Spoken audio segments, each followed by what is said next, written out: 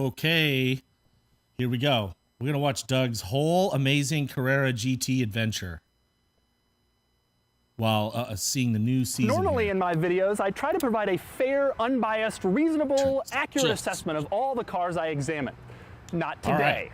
That's Let's because today I am reviewing my all-time favorite car, the Porsche Carrera GT. It is the single greatest car ever made. Oh, cross my fingers. I'm driving this car at position Porsche 11. Beechwood, I got 8 near chances. Cleveland, Ohio, which is now my favorite car dealership Not gonna of all get time. They graciously offered to let me drive it, despite the fact that they have it listed for sale right now for $699,000. Yeah! Repeat that. Nice. $699,000. Nice. This car is worth twice as much as my house. Let's clip that. And I have recessed lighting and exposed bricks. Fucking so finally. How could it possibly be worth $699,000? Well, this is normally part where I'd launch into the car's quirks, but the Carrera GT requires a little bit of an explanation first. And here it is. I truly believe that in the future, when all cars drive themselves and they're electric and automated and vehicles are something to be used like a bottle of hand sanitizer, future generations will look back at the Carrera GT as the single pinnacle of the automobile. I really believe that every supercar that came before it, the McLaren F1, the Ferrari F40, the Porsche 959, the Lamborghini Miura, all were marks on the way up the hill to the Carrera GT, which stands at the top, unrivaled. And since then, things have kind of been diminishing. The reason? This is the last supercar that really truly puts the driver in control and requires skill and precision to operate to its limits. Today's exotic supercars have automatic transmissions and all-wheel drive and hybrid powertrains and electronic nannies. This thing didn't even have stability control, which is now mandated by the federal government. It's the last true supercar with a stick shift. There have been some high-profile accidents in this car and some high-profile deaths and some high-profile lawsuits. And no automaker with any sort of decent, reasonable legal department will ever go near anything like this again. It is the last, best vehicle of its kind, period. Of course, I might be a little biased. I first got up close with the Carrera GT 11 years, 1 month, and 25 days ago, and I've been obsessed with it ever since. There's only one car model on my desk, and it's a Carrera GT. Open a random closet in my house and you'll find Carrera GTs. I could barely sleep last night knowing I was gonna come here today, and now I get to drive one. Did I mention how much I love Porsche of Beechwood, located at 25855 Chagrin Boulevard in Beechwood, Ohio? Sorry. And before I get behind the wheel, let's get into the quirks. It certainly has a few. Yeah, buddy. For example, the gear lever is right next to the steering wheel. It was for speed. The theory was if you were on a racetrack and you had to shift, you could just go, instead of having to reach all the way down here somewhere.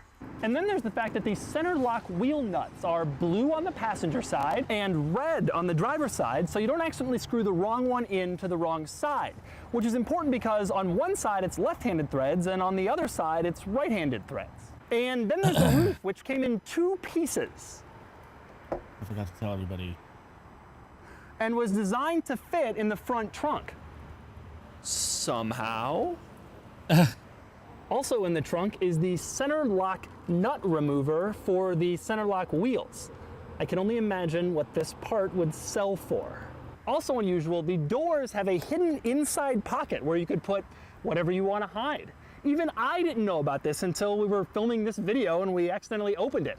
Then there's the awesome rear wing, which raises at 70 miles an hour, or with the push of a button up front.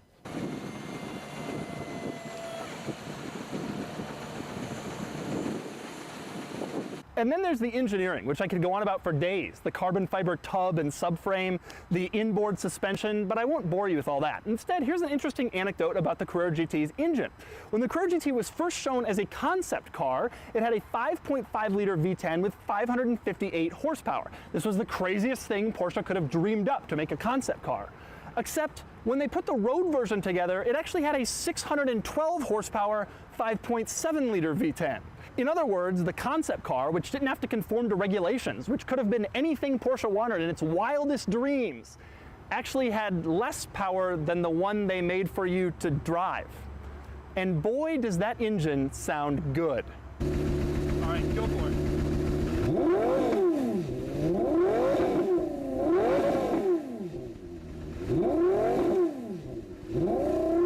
Yeah, listen to that. That's insane. But maybe the biggest quirk of the Carrera GT is its clutch. Unlike in virtually every single other manual transmission car ever made, in the Carrera GT, when you let off the clutch, you have to let it almost completely all the way up before you start pushing All right, the what else we got accelerator. here? Oh, the Spano. If you ever drive a Carrera GT, so what do you need to get in will this? either stall it or burn up the clutch. Okay, period. I have a Corvette. And now I'm going to drive it. Did I mention how much I love Porsche of Beechwood? Open Monday through Saturday, starting at 9 a.m. Doug, yeah. Okay, here we go. All right, now we're gonna do this clutch thing. This is so bizarre. All right, so let it off, and then it starts going. Indeed, it does. How weird! So weird. It's so weird. Oh my God, I'm driving Carrera GT. Driving through a parking lot. This is the most intense I've ever felt driving through a parking lot. The seat is not as tight as I was expecting, by the way. God, the mirrors are enormous. They take up between the mirror and the A-pillar. How do you see that way? Right. The thing that's interesting is nobody pays attention. If we were driving that Murcielago, these people would be taking pictures. Yeah. But Carrera GT is a little bit subtler, and I love that. I think that's so cool. You're driving maybe the greatest car of all time, and like nobody realizes it.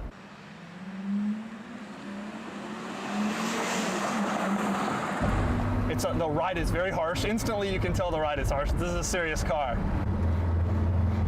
God, this is crazy. This is so totally insane. This car's worth $700,000. Boy, it sounds very mechanical. I was warned of that. It's not like a 911 where it's really refined, or a Cayenne. It's like a race car, and it sounds like it. You hear everything. You know, for all the crap the clutch gets, once you get going, it's actually really easy to operate. The gear lever is actually pretty easy too. The car isn't that intimidating once you get going, but it is hard to remember how to activate that clutch so you don't burn it. You have to be very careful each first gear start that you don't screw it up. Especially knowing that a replacement clutch is, what, like $25,000. Yeah, that's...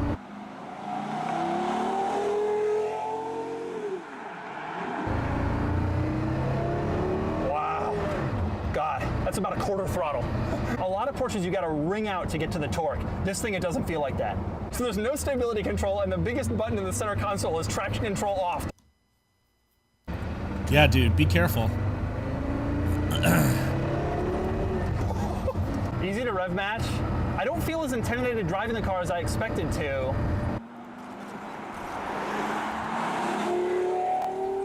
The mirrors are surprisingly big. They actually, like, you'd think there's visibility to be compromised, but the mirrors, you can see everything. The car is not that intimidating at low speeds. It feels fairly normal, but the ride is punishing. You gotta be like, yeah, I'm ready to drive my Carrera GT now. The gear lever is like nice and easy to work. And I always thought it'd be weird because it kind of comes down on the center console, but actually it feels natural when you're driving. Oh, I didn't it feels update totally my fine. Discord. Boy, at idle, there's no rumbling. This car is so well engineered.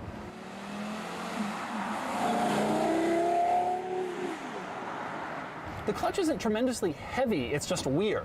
So you can do it, it's a linear motion, it feels fine. It's just that it's this strange thing you gotta remember. It doesn't sound inside anywhere near as good as it sounds on the outside, the exhaust note. Like, you can hear it, it's mechanical, you know what's going on, there's an engine happening. But on the outside, it sounds like a race car.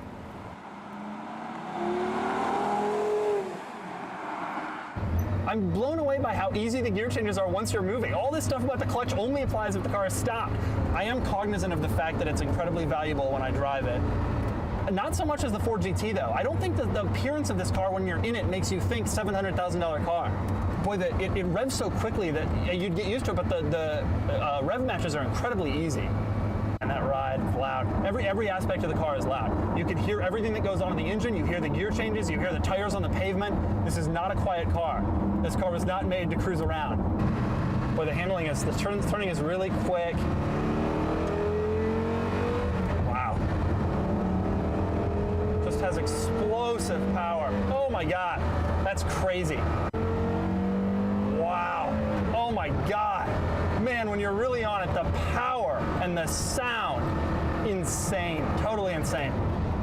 I mean, the steering, I'm not taking a lot of turns, we don't have a lot of turns on here, but the steering rack is tremendously quick, there's no body roll. Yeah. I mean, you can just tell the car is obviously set up so perfectly for turning and steering. Right.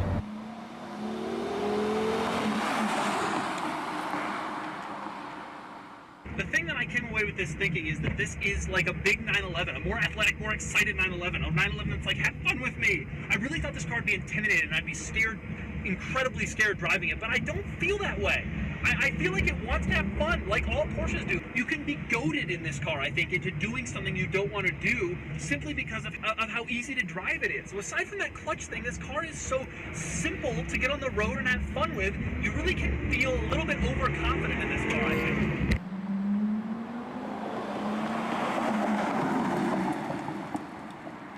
So there it is. I've shown you around the Carrera GT and I've gotten to drive my all-time favorite dream car and the greatest car ever made.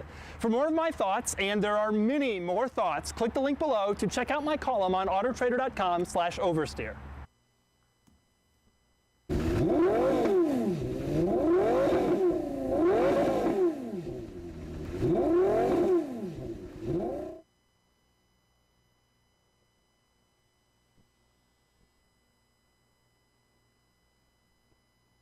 This is a Porsche 918 Spyder. Of course, you already knew that because the 918 Spyder is one of the most exciting, thrilling, and widely covered cars manufactured in the last 25 years. When these things were new, they sold for just a hair over $1 million. And today, the average asking price for a 918 Spyder on AutoTrader is $1.7 million for a car. Today, I traveled to Nashville, Tennessee, and I borrowed this 918 from a viewer who's on Instagram as Mazur327. You can follow him if you click the link in the description below. And you should follow him because, I mean, the guy's got a 918 Spyder and a 911R. Do you really need any more reason? Anyway, today I'm going to find out what you get when you pay $1.7 million for a car. This isn't the one I wanted, man. I wasn't paying attention. Okay, Carrera GT Part 2. This is a 2005 Porsche Carrera GT. That's like damn near the one he got. My all-time favorite car. I review a lot of cars, but this is my number one. In my opinion, the greatest car that's ever been put on the road. And today, I'm going to review this car and explain why.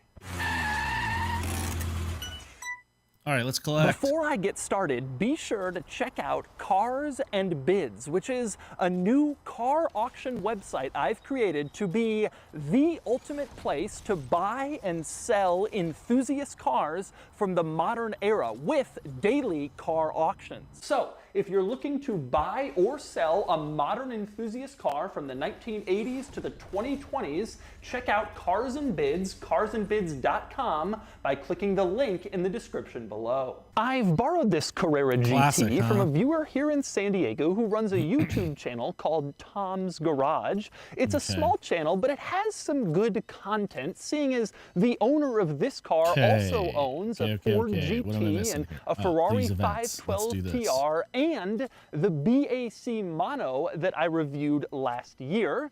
There's some good stuff on there. You can check out Tom's Garage by clicking the link in the description below. But let's talk Carrera GT. This was Porsche's flagship supercar in the mid-2000s with just under 1,300 units built for the entire world. It's powered by a naturally aspirated 5.7-liter V10 with about 600 horsepower, and the original sticker price was around $450,000. But the current value is much higher. After the Carrera GT went out of production, interest was surprisingly low, and prices dipped. But then supercars started switching to automatic transmissions and all-wheel drive and hybrid powertrains, and enthusiasts started to target the last analog supercars. And with a manual transmission and low production numbers and no stability control, this is one of the last, best, rarest, most special analog supercars. These days, Carrera GT models will sell between $600,000 and $1 million, or a little more for special examples. And that's a shame for me because I have always wanted one. I fell in love with the Carrera GT one of the very first times I saw one on July 15, 2005. And a decade later, I chose that date as my wedding day. Weird. I buy these Doug, little you're Carrera just kind of a GT nerd, huh? models at drugstores all over the world, Korea, Africa, anywhere where I happen to encounter one. And there is always a Carrera GT as the this is background interesting. on my Yeah, cell phone. I can get this. Truly my Oh. all-time favorite car. Now, I've already reviewed the Carrera GT, but it was a long time ago, and I didn't get as in-depth back then as I do now. So I figured it deserved a second look, especially considering how much I love this car. And so today, I'm gonna do just that. I'm gonna first take you on a thorough tour of the Carrera GT and show you all of its interesting quirks and features. Then I'm gonna get it out on the road and drive it, and then I'm going to give it a Doug score.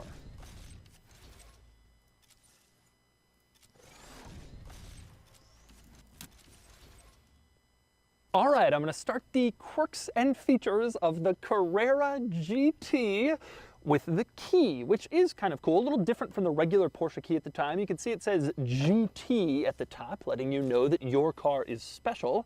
Then you have the lock-unlock button. The other cool thing is below that, you have the Long button Johnson. at the top of the trunk, and you can see they've tried to make the car diagram on Piano. that button look like the Carrera GT. You have kind of an open-top mid-engine look instead of the 911. And next up, once you've unlocked the Carrera GT, you can get in using this handle here. Nothing unusual about this handle. It doesn't have like a weird trick door handle like some supercars from this era do. Just a pretty standard door handle. And once you have the door open, the first thing you see near the door sill, you have the poppers, these little switches that will pop open the rear area where the engine is and the front area, the front cargo storage area, the trunk. I'm going to start by popping open the rear compartment. Now, this rear compartment is obviously where the engine is located, but it's not only that. You take a look on the side, you can see there's this little panel here. So you undo these little fasteners on either end of the panel, you open it up, and there are some tools in here. You have tire sealant and an air compressor in case you get a flat tire. This is where your tire repair kit is located in the engine compartment. But my very favorite item inside this compartment is this tool, this screwdriver. For one thing, it says Carrera GT on it, and on the other side it has the part number. That is the coolest screwdriver that has ever existed. But one neat feature about this, if you remove the top of this screwdriver, kind of slide it off, you have all of your different screwdriver bits on here, so you can use it for any different type of screw. You also have your tow hook in here in case the car needs to be towed. This is where you find the little towing tool you can screw into the car, and then tow drivers can use it to get the car up onto the back of a flatbed.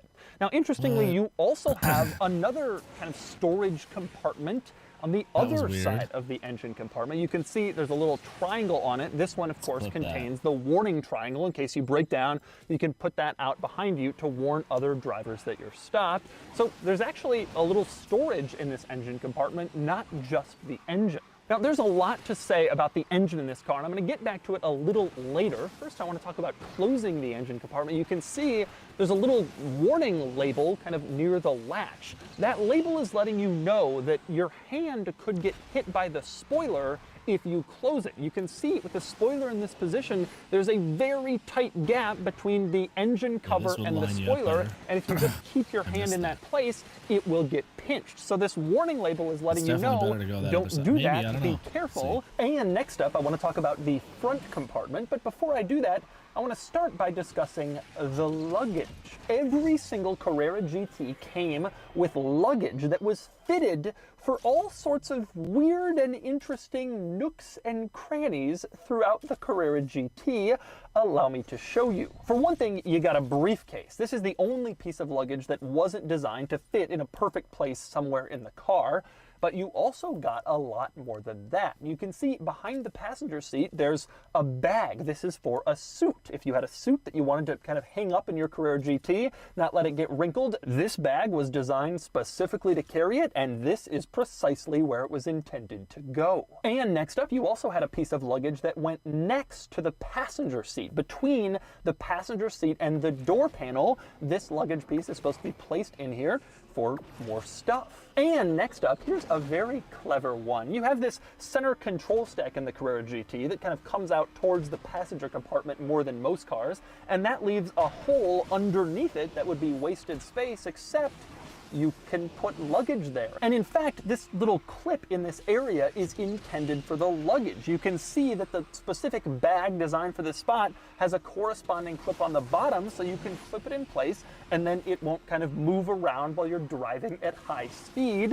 So there's that perfectly tailored luggage for this unusual spot. And it gets even more clever than that, because check out the inside of the door jamb area. Just looks fairly normal. This isn't a place I usually highlight, except in the Carrera GT, you can pop this open and it's a storage spot, and it has its own luggage fitted for the size of this storage spot, which is really crazy. Of course, if you don't have the luggage, you can still use this as hidden storage, and nobody will ever find it. But if you have the luggage, you have your own bag that actually fits in this spot. And it's the same deal on both sides. You can see in the other door, again, pop it open, here's your hidden storage spot, and here's where you can put stuff, your fitted luggage. And of course, the final piece of luggage is up front in the front trunk, precisely where you would expect luggage to be.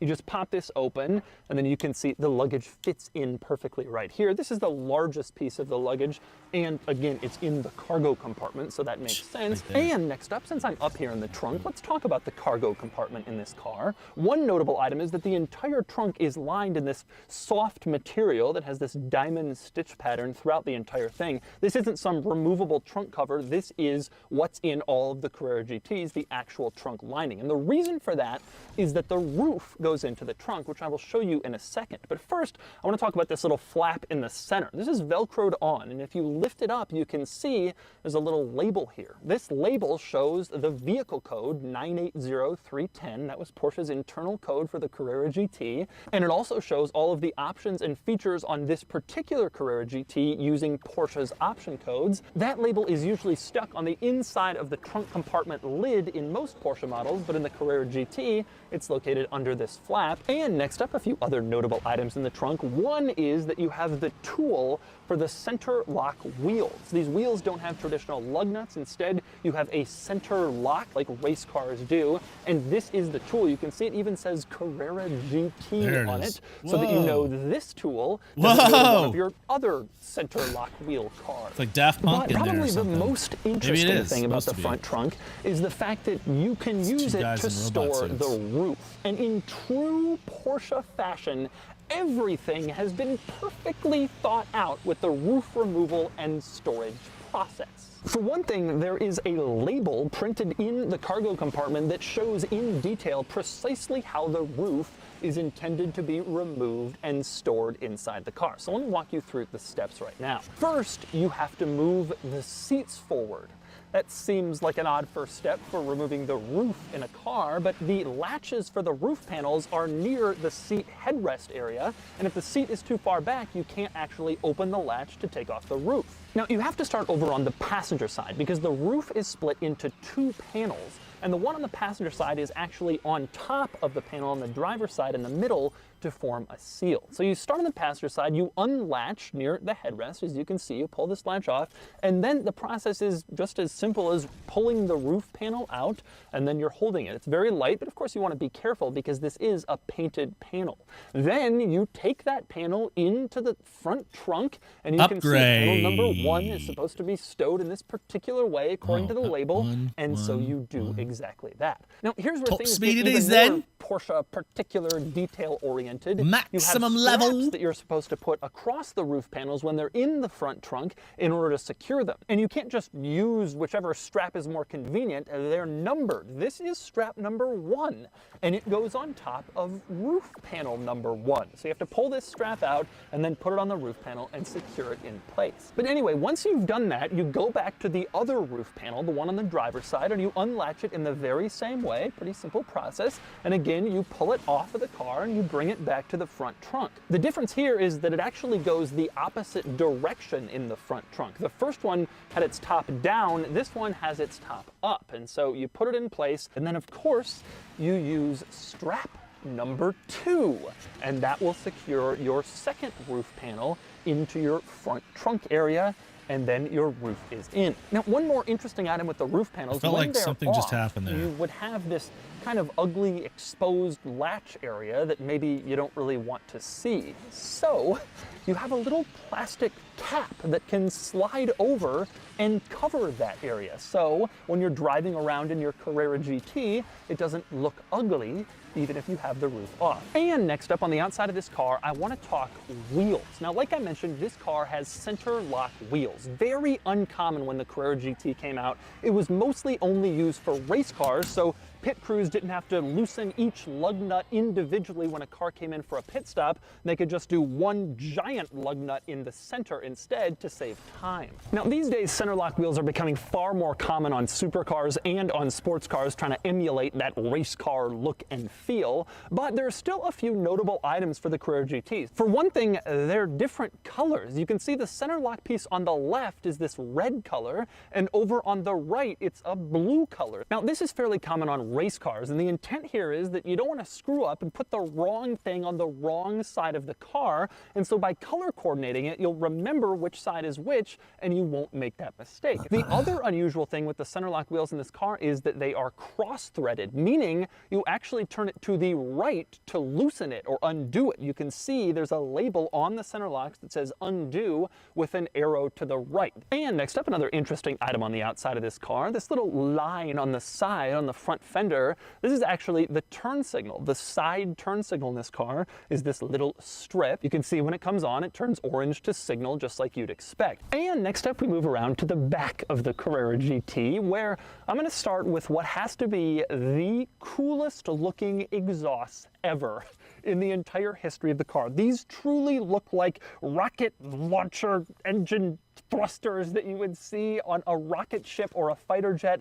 I love these things. And the exhaust has an incredible sound to it too. One of the very best sounding exhausts in the history of the car. We'll listen to it in a few minutes. Now, a few other interesting items around back. One, the battery is not located in an easily accessible location. Instead, you have to remove the rear passenger side wheel in order to get to it. You take that off, and then there's a little access compartment, which apparently is a little difficult to access, but still, that's how you remove the battery in this car. Now, there are jump points elsewhere that are more easily accessible in case you need to jump start the car. Now, one other item worth mentioning is the color of this car. Porsche offered the Carrera GT in only 5 factory colors. There was silver, gray, black, red, and yellow. The vast majority were either silver or gray. That's most Carrera GT models you'll ever see, with silver being the most popular, and the 3 remaining colors are all pretty rare, and they command a pretty substantial premium today. Later in the Carrera GT's production run, Porsche also added custom colors with their paint to sample program, so there are some custom painted Carrera GT models running around. Those are the rarest and the most valuable today. And next up, let's move inside the Carrera GT and let's talk interior. There are quite a few interesting quirks and features in here, starting with the seats. Strangely, the cushions are removable, or at least the cushion on the base is. You can hear as I kind of pull up on it the Velcro sound. You can take it out. The owner of this car, Tom, he told me that he has another cushion that can slide in here, but it's a little bit thinner. And I guess you can choose if you want the thinner or the thicker cushion, depending on if you want to sit a little higher or a little lower for your height, because the seats don't move up or down, only forward or backward. And next up, speaking of the seats, to the left of the seat on the driver's side, you have the parking brake. And if you want to engage it, you just pull it up and then it's engaged. You want to disengage it, just push it down. But when it comes to the seats in the Carrera GT, maybe my favorite thing is this little warning label in the passenger side door jamb that says no child I just wasted seat. 2 ad Occasionally I get into tickets. supercars and exotic cars that do have child seat anchors, so you can bring your child along for the ride, but not in the Carrera GT. It is specifically prohibited, no child seat. And next up to the left of the steering wheel, you have the ignition, which is a common thing in Porsches going back to the days of the Le Mans start in racing, where drivers would run up to their cars and drive off as fast as they could. The thinking was you would stick the key in with your left hand, put the car in gear with your right hand, and that gave you a slight advantage at the start of the race. So that's why Porsches are like that. And next to the ignition, you can see there's a little dial here. That's for the headlights. You just twist that and the headlights come on. Now, moving into the middle of the interior, at the very center in the center control stack, you can see that you have the window switches, left and right, mounted in the center rather than on the door panels. Now, at the top, you have the word Carrera GT written out in Carrera GT script, along with the serial number of the car. Now, also in the middle, at the base of this center control stack, you have your climate controls. Pretty simple. At the top, you can change the temperature. In the middle, you change the fan speed. And on the bottom, you can change where the air goes. Now, moving back up on the center control stack, you have near the top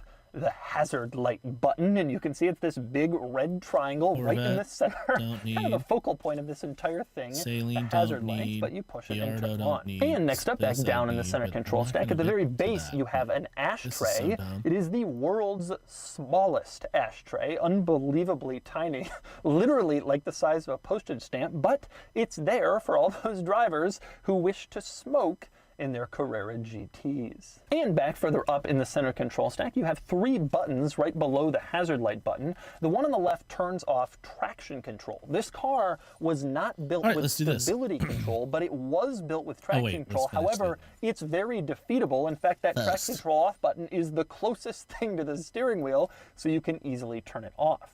Now, over on the right in this group of buttons, you have the lock button. You press that, and that locks or unlocks the doors. Fairly simple. And finally, the control in the middle of this group of buttons raises and lowers the spoiler. The rear wing is adjustable, and if you press this button, you can see it goes up automatically. A very cool look. You can also press the button again, of course, if you want to lower the wing, and then it goes right back down into the car. Although I've always felt that this car looks better with the wing up and in place. Now, it's worth noting that the wing also automatically will go up above 70 miles an hour. That's, I guess, the speed where Porsche thinks that the wing starts to become useful in providing downforce, like if you're on a racetrack. And finally, we move on to the most important item in this center control stack, and that would be the shift lever. For one thing, you can see the top is wood.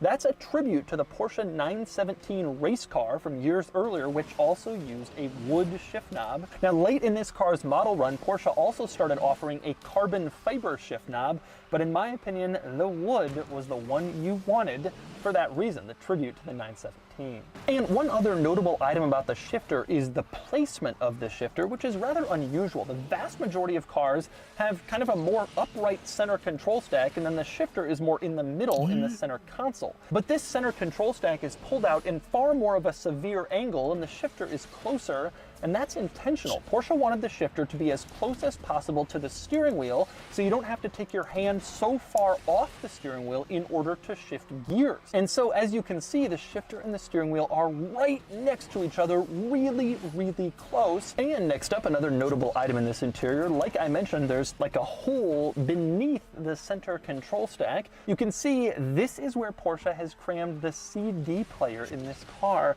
Very unusual, out-of-the-way location. I guess they figured most drivers wouldn't be using it because they'd be listening to this beautiful engine note. Now, as for the radio itself, it is quite an interesting situation in this car. It's at the very top of the center control stack, and you can see it's called Porsche Online Pro, and it was designed specifically for this vehicle to fit into this spot. A few interesting items with this radio. One, you have 18 presets, 9 along the bottom, then you press this little button and it shifts to the next group of presets, so you can preset 18 radio stations in your Carrera GT, far better than in your regular average car. The other interesting item with this stereo, it's not just a radio, it's also a navigation system. I'm serious. This tiny little thing also acts as a navigation system. Press this button in the upper right with like an arrow on it, and it says navigation disc not inserted. I guess you have to put in a CD and then the navigation system would work. I can only imagine that it must be truly terrible with no real easy controls and no big screen, but it is theoretically anyway, a navigation system in the Carrera GT. Now, one other radio-related item worth mentioning with this car are the controls right next to the radio in the center control stack. For one thing, you have this little button marked on. You can press that to turn it on. It seems totally out of place in this car, but that's what they've done for the on-off button. You also have next to that 2 dials. The dial on the left controls the volume. Obviously, you can twist it left or right for more or less volume. And then on the right, you have the radio tuner. You can twist that and it will change the radio station. You'd think they could have integrated that on button into the volume dial like everybody else, but instead you just have this weird off-center on button. Maybe the only real drawback in this interior. And next up, I want to talk about the door panel in the Carrera GT. Here you can see the door panel. There's actually nothing particularly interesting or weird or special in this door panel, but I wanted to show it so at least you could see what it looks like. I guess the door handle is kind of special. It has a cool little operation to it, and it's triangle shaped, but other than that, you just have a fairly standard door panel in this car. And next up, another interesting item in this interior is the steering wheel, because they borrowed it out of other Porsche models at the time. The 986 Boxster and the 996 911, the Boxster and 911 from the time had this same steering wheel, and same goes for the turn signal stalk and the wiper stalks, all shared with the Boxster and the 911. In fact, the entire gauge cluster piece was shared with those cars too, the central tachometer, and then all of the other gauges over on the sides, although it's worth noting that the Boxster and the 911 didn't have a tachometer that revved to 10,000 RPMs, and the Boxster and the 911 didn't have a 225 mile-an-hour speedometer, but the Carrera GT does. Now, one other item worth noting in this gauge cluster, there is a small screen in the center. When you're driving along, it shows you the speed that you're traveling, but you can also use this little stalk coming off the steering column on the left to kind of scroll through various different items in here, mostly information like your trip odometer, your tire pressures, but you can also see your average fuel economy, and we're not doing so well here. 9.5 miles per gallon. Not exactly an efficient car, this one. One other interesting item in this gauge cluster screen, you can scroll through your options, and one says oil, and you can get an oil level measurement in here. Strangely, this is the only way that a normal person without specialized tools can measure the oil in a Carrera GT. There's no dipstick with this car. So, unless you go to a dealership or a service center, you have to go into the gauge cluster screen to get your oil level measurement. And finally, our last interesting interior item in this car, the glove box, which actually isn't all that interesting at all. It just looks like a glove box. You open it up, but it does contain the owner's manual. The only really notable item in the owner's manual, in my view, is that it actually gives you a diagram showing where all of the luggage is supposed to go. So if you're a little confused about which piece goes where, considering there are so many strange nooks to put them in, you have this diagram to tell you. And finally, we move on to maybe this car's greatest feature of all, its engine. A 5.7 liter naturally aspirated V10 with about 600 horsepower. Now, there are many cool things about this engine, but one of the coolest is its development. It was initially developed for Formula 1 racing. Porsche was going to use it there. Then that didn't work out, so they kind of changed plans and developed it for Le Mans prototype racing, the LMP class cars. That didn't really work either, so they decided to stick it in a road car. So this engine traces its lineage back to development for Formula 1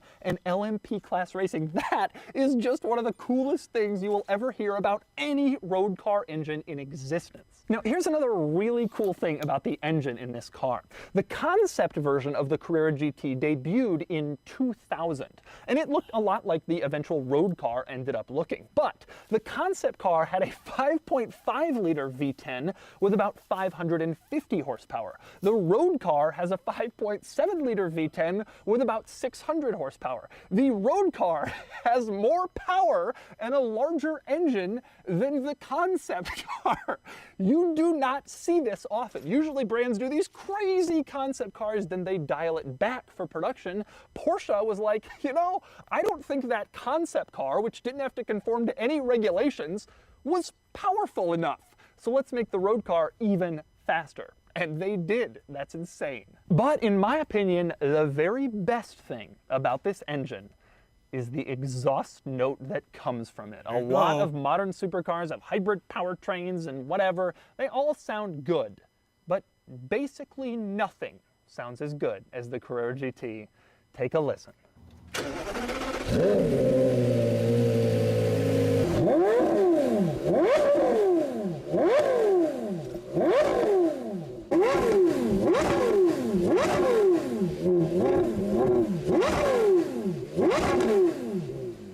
And finally, a few other items worth noting in here. One, you can see the suspension in this car, inboard suspension, meaning that it's not placed directly at the wheels like basically every other car. You can actually see all the suspension components right here inside the engine bay. You can also see the carbon fiber structure of the car in here. This car largely has carbon fiber structure throughout it, and you can see some of that in the engine compartment, kind of around the engine. Everything looks really good, bold, beautiful in here, exactly like you'd expect a supercar to look.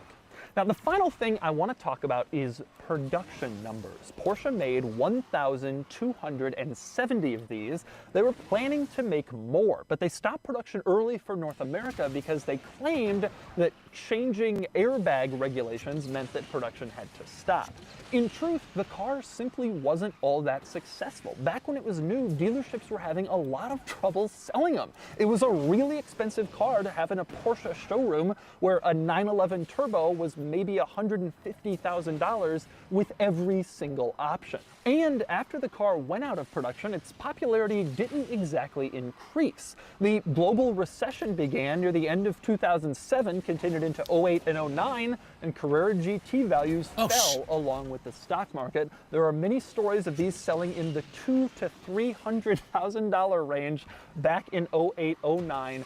Truly unthinkable today. These cars are worth 4 times that now. And so those are the quirks and features of the Carrera GT. But now, before I go drive it, I want to talk to Tom of Tom's Garage, the owner of this car. Yeah. Let's start with the obvious, Tom. How does it feel to own the greatest car ever made? It's my best car in my collection.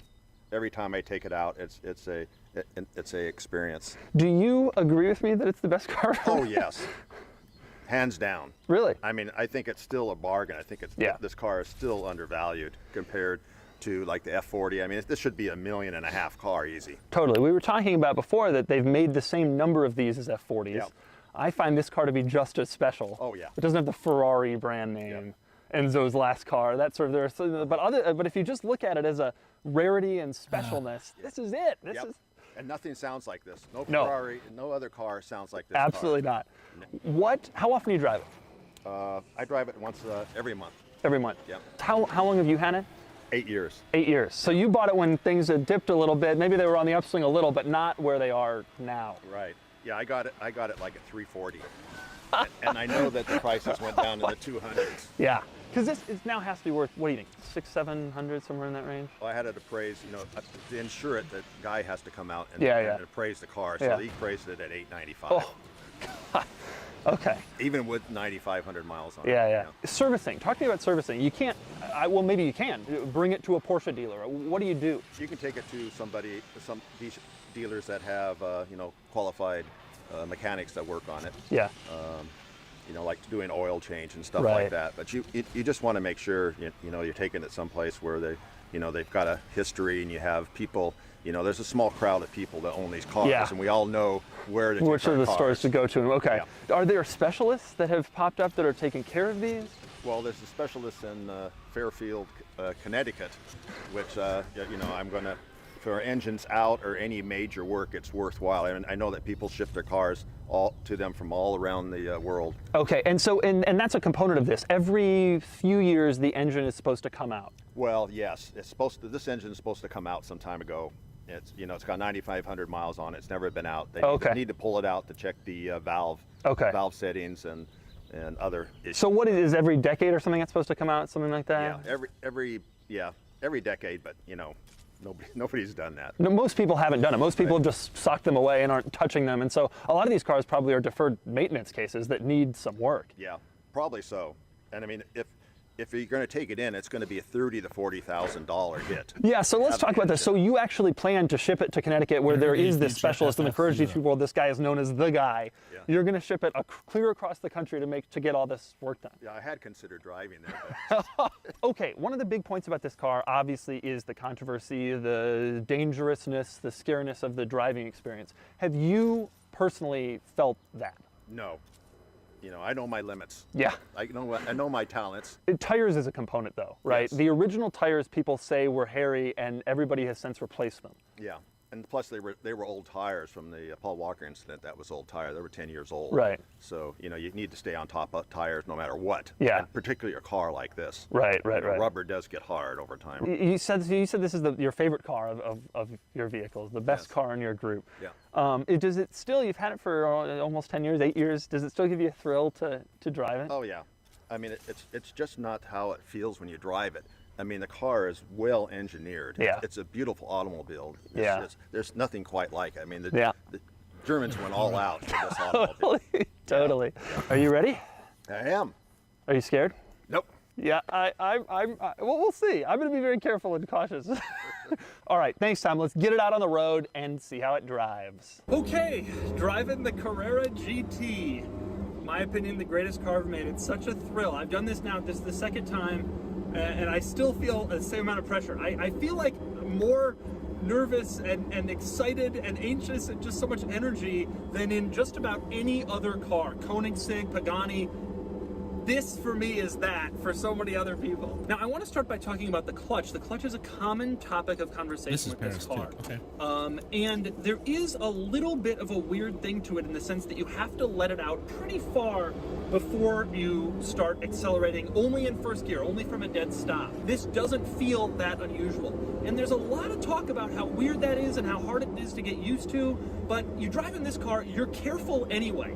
You're already being careful. You're waiting until that clutch comes out because you don't want to ride it when you're going. And by the way, regarding the clutch with this car, it's really a fantastic thing. The clutch is great, perfectly weighted, not heavy, not springy, just a wonderfully easy linear travel. But the real star is the gear lever. The gear lever, even though this is such an intimidating car with a V10 and blah, blah, blah, it just doesn't feel like that when you're shifting gears. It feels like a happy-go-lucky little sports car. You can just kind of toss around the gear lever with no problem.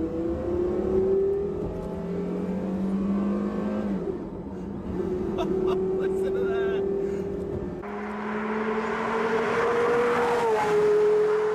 Wow.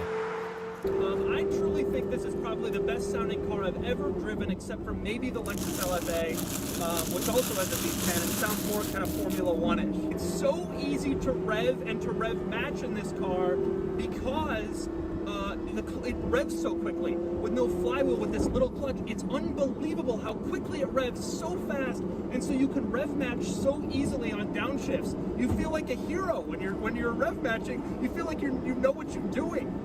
Now this car, like a lot of carbon fiber construction cars, you do feel a lot. It's very tight. You feel a lot of road. You hear a lot of stuff. There's a lot to it. It's certainly, this is not a daily driver type car. Now, one cool thing about this car that I've always loved, because it was built by Porsche, it just feels to me to be a better car than a lot of the cars that were, a lot of the other high dollar crazy supercars. It's really well built. This car is 15 years old. Nothing's coming apart. Nothing looks bad. Nothing's poorly constructed. This was built, it's the same thing with my Ford GT. It was built by a company that builds rational automobiles. Let's go so through all the D-Class cars. Let's do it. The other benefit of the Porsche manufacturing is that it's actually pretty reasonably sized in here. The seat feels good. I've got a lot of headroom, even though I'm tall. I have a good amount of space in this car. It's not as exciting or as daring as some cars. You get in an Enzo, everything's a little more insane. This car is not as crazy. Like I said, the steering wheel's from a Boxer. But that wasn't really the point.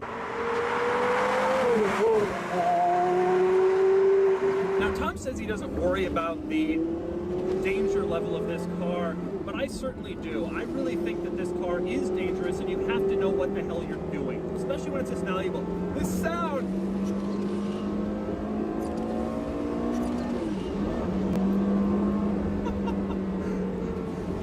Oh, God, it just feels so tight. The steering is just so tight.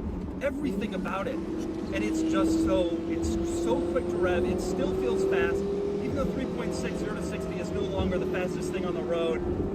Oh, the sound is so good. You just feel so special. It's a totally different experience, and the car is so drivable.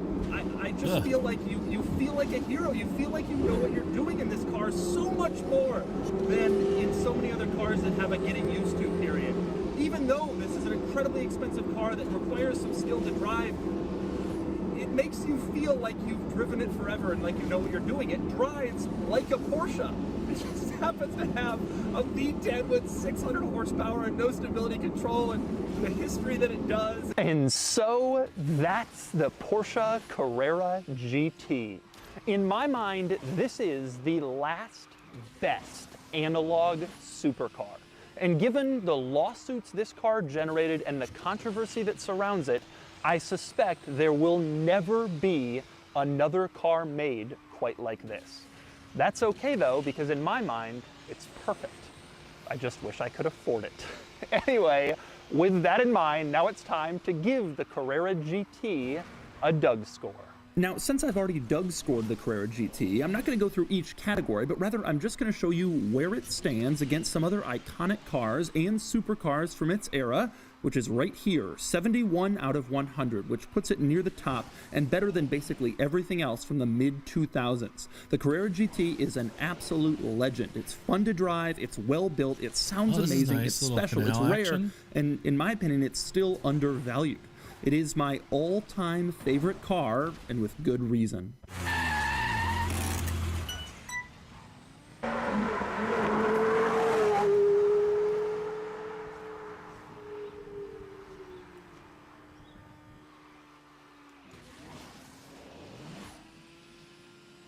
Oh, there we are.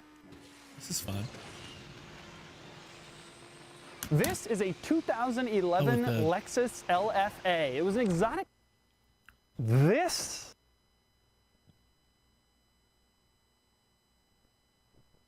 Oh, this one. This is the one. This is a Ferrari F40. And this is a Porsche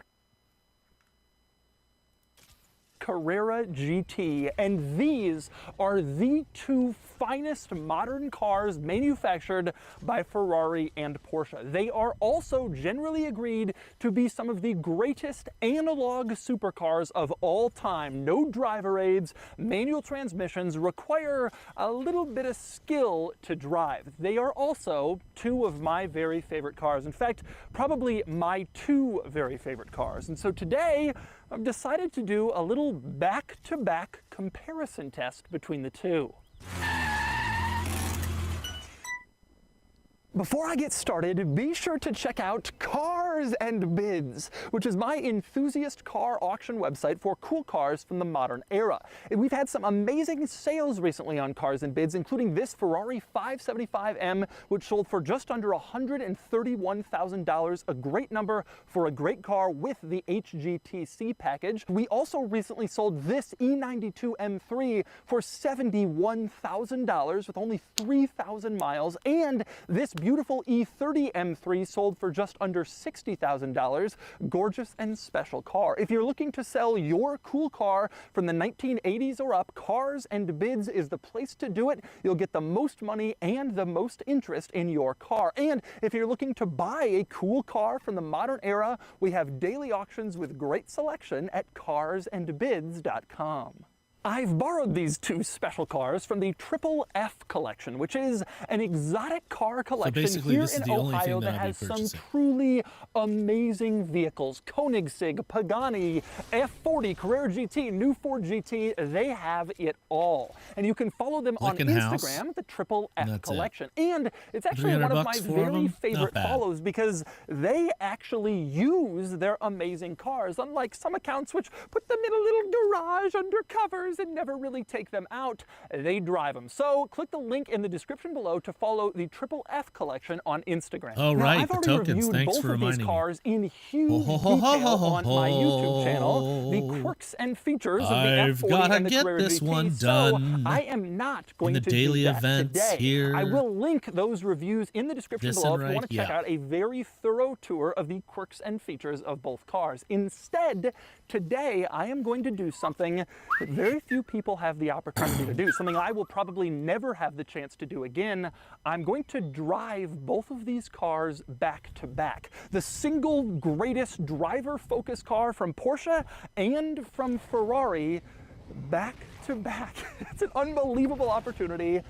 Let's do it.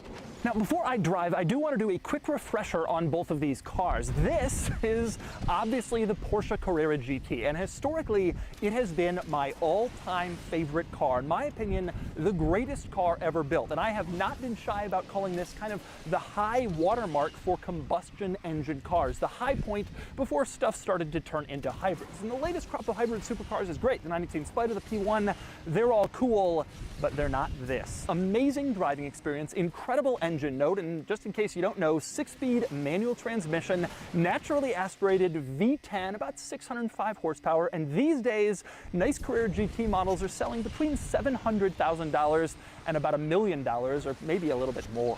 But then there's the F40. I always really liked the F40, and then I drove one about 4 years ago, and ever since then I've started to think, maybe I actually like this more. This is also an unbelievable driver's car. Very famously, Enzo Ferrari's last car that he green-lighted back when he was still alive and built to commemorate Ferrari's 40th anniversary. This has about 470 horsepower from a turbo V8, also a manual transmission, also no driver aids, and also probably the greatest car ever made. For these, figure $1 million at the minimum to about $1.5 million, and maybe even a little more. These are going up in value. And so are those, actually.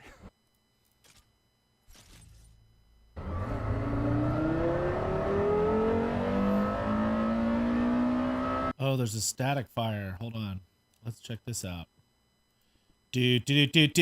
Elon. Ba ba da ba ba ba. Let's check it.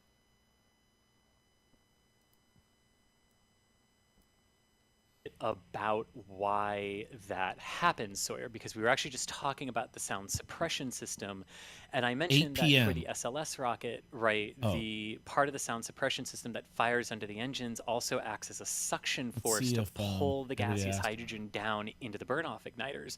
Well, there are no burn-off igniters here, right, for methane, but you still want to make sure that your part per million count of gaseous methane underneath the vehicle is safe for engine ignition. And one way to do that is to use water vapor, water mist, not vapor, water mist like that to disperse it and to start pushing it out of the way and change the ambient concentration in the area. So it's acting in very much that same way, but just a different way of doing it. Instead of having burn-off igniters, you use water to move the air.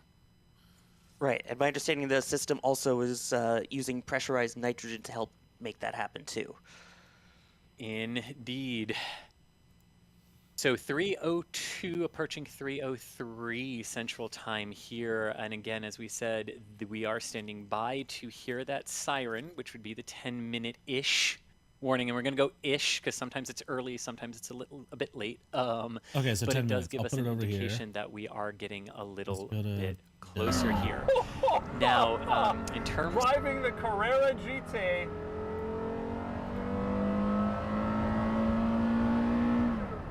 The second greatest sounding car I have ever heard in my entire life, second only to the Lexus LFA, which also used a naturally aspirated V10.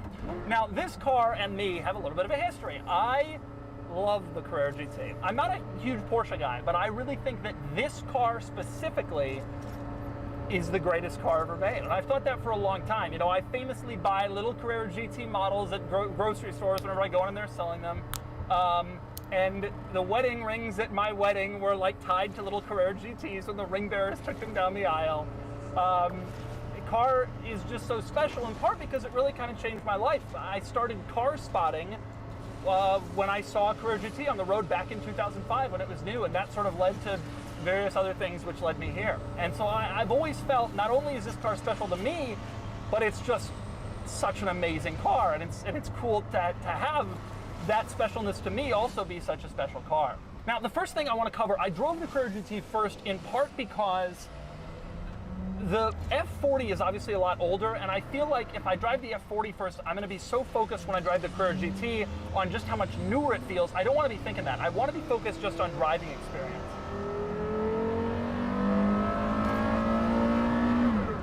A greater sounding engine does not exist.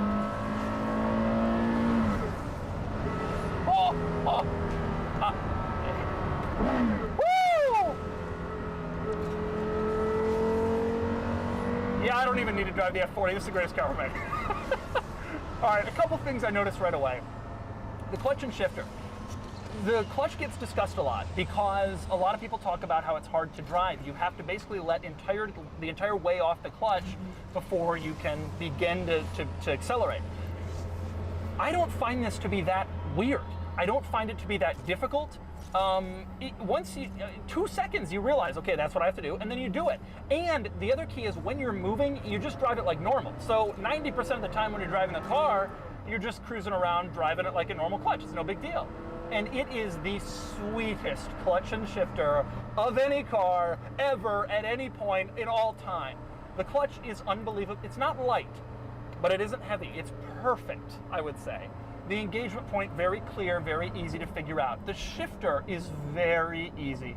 Just so nice to toss it around, go into gear, whatever. Rev match downshifts. It feels very notchy. You stick it in gear and there's no vagueness, but it's also light to pull out of the notch and throw into the next gear.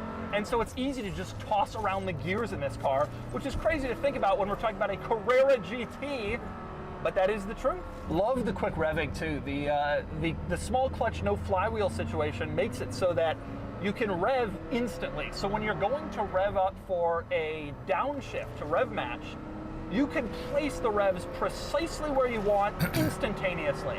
And I know dual clutches are faster, but this is better. It's just better. Now this car obviously has a bit of a reputation. In fact, my 3 kind of favorite exotic sports cars all do. I obviously own the Ford GT, the only one of these I can afford, which is well known for being a handful. This car, obviously well known for being a handful. It's been involved in multiple highly publicized fatal accidents, and it's a dangerous car. And the F40 is also not something you want to screw around with. The thing about it is, though, to me at least, this car is actually pretty sweet to drive, easy to drive carefully and safely. The reason I think it's such trouble for people is because it can change so quickly. The car is so easy to drive that it lulls you into a bit of a false sense of security. Oh, no problem, you know, it's easy. The shifter's easy, the gear lever's easy. It's just like driving a Boxster or a 911. Well, it's not really. It requires a lot more finesse and a lot more care, and you have to give it that care. But because it lulls you into thinking that it's easy to forget, and you're going really fast, you're going in a corner thinking, I got this, and that's when it bites you. I love everything about this car. Literally everything about this car I love. The driving experience is amazing. The sound is incredible. The acceleration is fantastic. The clutch and shifter action are absolutely unbelievable. The way that it steers is so predictable and wonderful, like I said, until it bites you, but that's the truth. It's easy to fit in. It's easy to see out of.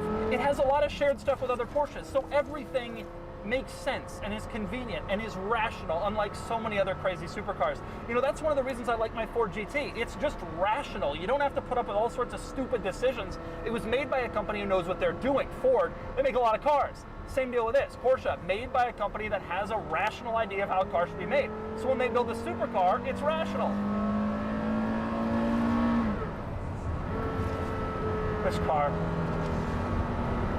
This car.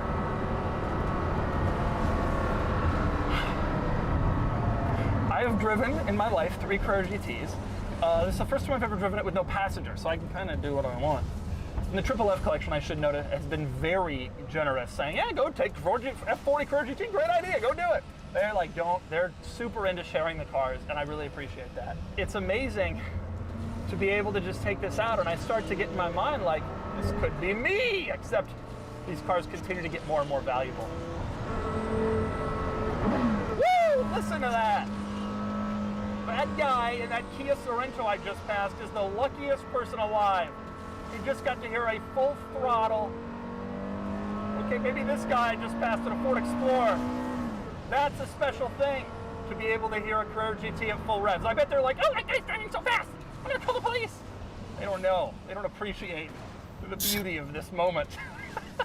This car combines all the great things about Porsche, which is great build quality, great engineering, subtle styling, usability. Those are Porsche's 4 biggest selling points. And then you combine it with, here's a true emotional supercar. No stability control, naturally aspirated V10 that sounds great, amazing driving experience. It's like the best the Italians could do combined with the best that Porsche could do. And I think that's one of the reasons why I like it so much. And of course, the car benefited also from time period. It just so happens that, you know, the automatic supercars started coming next. The hybrid supercars started coming next. And again, they're great cars, but they're not, the driving experience isn't the same. And I think almost all car enthusiasts agree with that. Greatest car ever made? Yeah. Yeah. Yeah, it is. I love a lot of cars. Very, very fortunate to own several cars that I love, to have driven cars that a lot of people love. But this is a marvel. It's a total marvel. I truly cannot imagine that I will drive the F40 next and think, hey, this is better.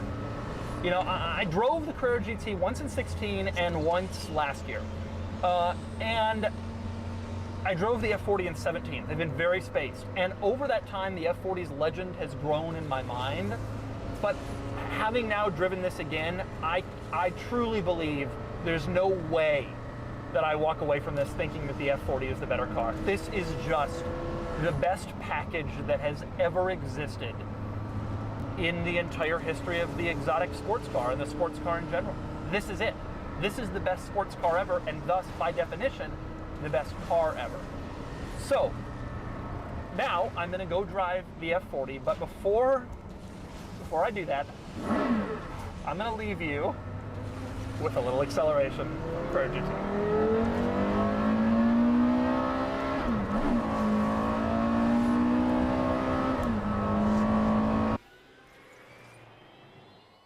All right, driving the F40. This is also an absolute legend, a total icon. You know, I've been reading recently some reviews of this car from people who are looking at it now and saying, you know, it actually feels kind of agrarian. It feels kind of so rough, and it's not that great of a driver's car because it's just so rough to drive and tractor-like, and it's not really all that driver's car-like in that sense. And I will say, driving it, you know, one of the first things you notice, it certainly is not as well put together as the Carrera GT. There's no doubt about that.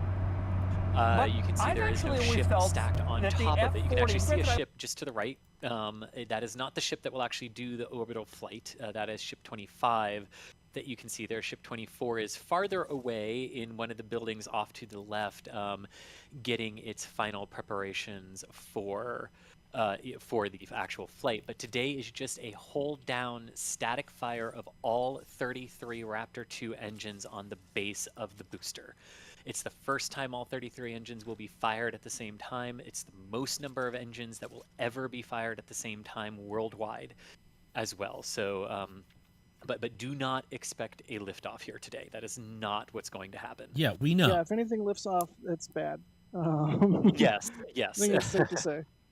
And so, if up until this point, I believe it was 14 engines were the most of the Raptor 2s that had been fired consecutively or simultaneously. Yep, I believe you're correct. 14 engines has been the most they've done so far, so a little bit under half. Yeah, so we're more than doubling that today. Yeah, I can already feel my heart rate. Oh, water.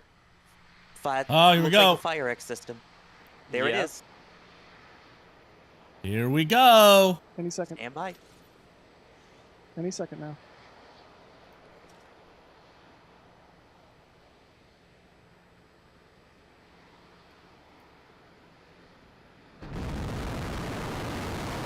Oh. Oh my god. All right, yeah, let's see the low. Look at that. Oh my goodness. Look at the wildlife reaction to that. Look at that. Oh my gosh. Okay. Reason to turn them up.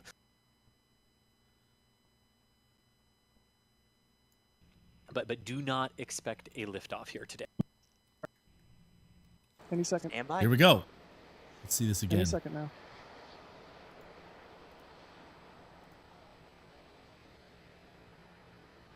Slowing it down.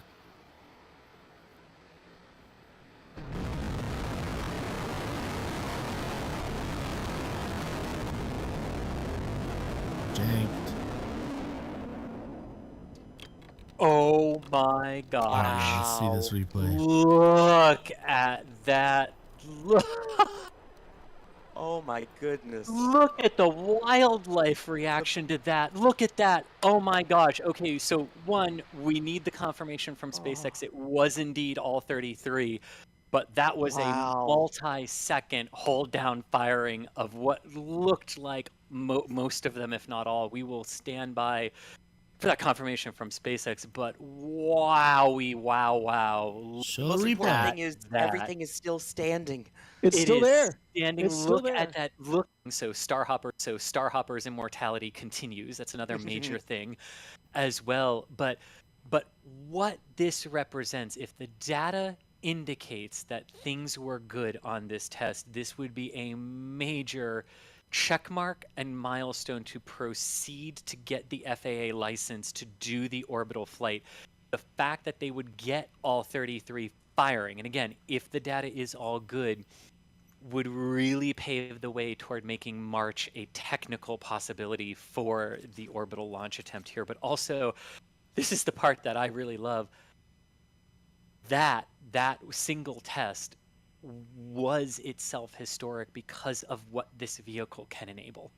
Not just for the Artemis program and the return to the moon, but the sheer lift and throw capacity to anywhere in our solar system is just, it is staggering to think how this vehicle so inspirational. can change the course of our exploratory efforts in the solar system and how we seek to go live on other planets and other planetary bodies. That Really? to me is the point of today.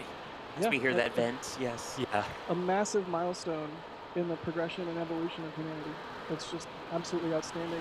It looked like a really good test. And this completely opened up the Sounds solar like they are system. safing it right now, and depressing it. That's the venting we're hearing there. I just want to note that real quick is these are the depresses we would expect to hear as they begin the safing process after firing. SpaceX has tweeted full duration, so there's confirmation they had full duration of what they expected. I can And hear that's the also venting from confirmation here. all 33 did it. Wow. That's excellent. 17.5 million pounds of thrust. All right, I am going to jump off stream Wow. so I can get a video turned around of all of the goodness that we are seeing. Thank you, everybody. Stream is going to continue. We'll keep answering your questions and watching the test wrap up here. But I'm going to jump off. What did Elon Thank you, everybody, say? for listening to me flap my gums and make 33 horrible puns. attempts We will soon. have a video on the YouTube channel as fast as I can possibly edit it. And yeah, I'll see you guys later. We will have replays for you very soon from our different angles as well, at least on stream too. But you're going to want to see Jack's full video when we get all the angles in. Yeah. Wow. Well, I'm still... I see another person who has joined us for commentary here.